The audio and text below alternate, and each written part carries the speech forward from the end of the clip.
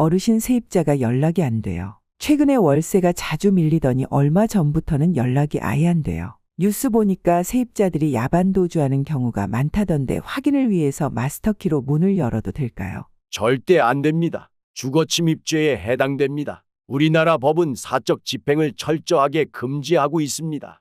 혹시 전세 계약서를 작성할 때 특약사항으로 작성을 했더라도 안 됩니다. 그러니 시간이 걸리고 비용이 들더라도 절차에 따라 민사소송을 집행해야 합니다. 아니 무슨 연락이 돼야 소송을 하든 절차에 따라 집행을 하죠? 전화는 안 받고 문자를 해도 답이 없는데 어떻게 해요? 우선 야반 도주한 세입자와의 관계를 정리하기 위해서는 명도소송을 진행해야 합니다. 명도소송을 세입자를 내보낼 수 있는 법원의 판결입니다. 그런데 계약서에 쓴 세입자의 인적 사항으로 소장을 보내더라도 세입자에게 전달되는 경우는 현실적으로 잘 없습니다. 그러면 법원에서 집주인에게 소장이 전달되지 않았다고 주소 보정 명령을 전달합니다. 그럼 집주인은 주소 보정 명령서를 가지고 행정복지센터나 구청에 방문해서 법원에서 보낸 보정 명령 사유를 설명하고 세입자의 주민등록초본을 발급해달라고 요청하시면 됩니다. 확인 후 주민등록초본에 있는 주소로 수정해서 주소보정서를 작성하고 법원에 재송달 신청을 하면 됩니다.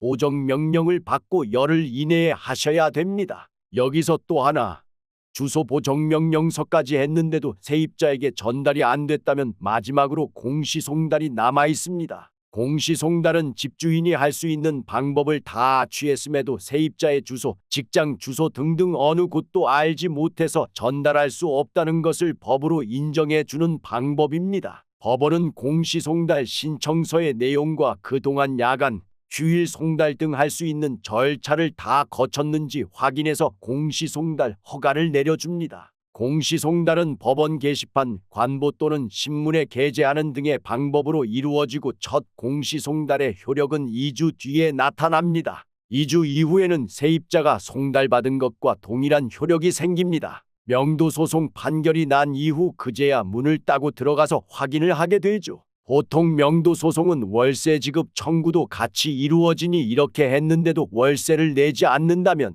세입자의 물건에 압류 신청을 할 수 있고 그 물건들을 매각해서 처리할 수 있습니다. 하지만 바로 매각 결정은 이루어지지 않고 보통 3개월 정도는 집행관이 허락하는 장소에 물건을 보관해야 합니다. 그리고 또다시 물건을 찾아가라고 통지를 하고 그래도 안 가져가면 물건들을 처리할 수 있습니다. 아니 내가 내 집에서 사람을 내보내는 게 이렇게 어려워서 어쩌자는 거죠? 그럼 이러한 절차가 이루어지는 동안 시간, 비용 그리고 그동안 못 받는 월세들은 누가 다 보상할 수 있나요? 나중에 세입자에게 청구할 수는 있으나 현실적으로 어렵습니다. 그래서 계약서를 작성할 때 예비의 방법으로 연락이 안 될 경우 연락을 할 수 있는 다른 사람의 연락처를 받아놓는다거나 회사원이라면 직장 명함, 학생일 경우는 학교와 학과를 확실하게 알아두는 최소한의 장치를 해두는 것이 좋습니다. 또한 보증금으로 월세를 다 제할 때까지 월세 미납을 넘기지 마시고 선조치 않은 것을 추천드립니다. 마지막으로 이런 경우 집주인이 셀프 진행을 하게 되면 어려움을 겪을 수 있으니 처음부터 전문가와 상담해서 비용이 들더라도 맡기시는 것을 적극적으로 고려하시길 바랍니다. 구독과 좋아요는 제작에 큰 힘이 됩니다. 감사합니다.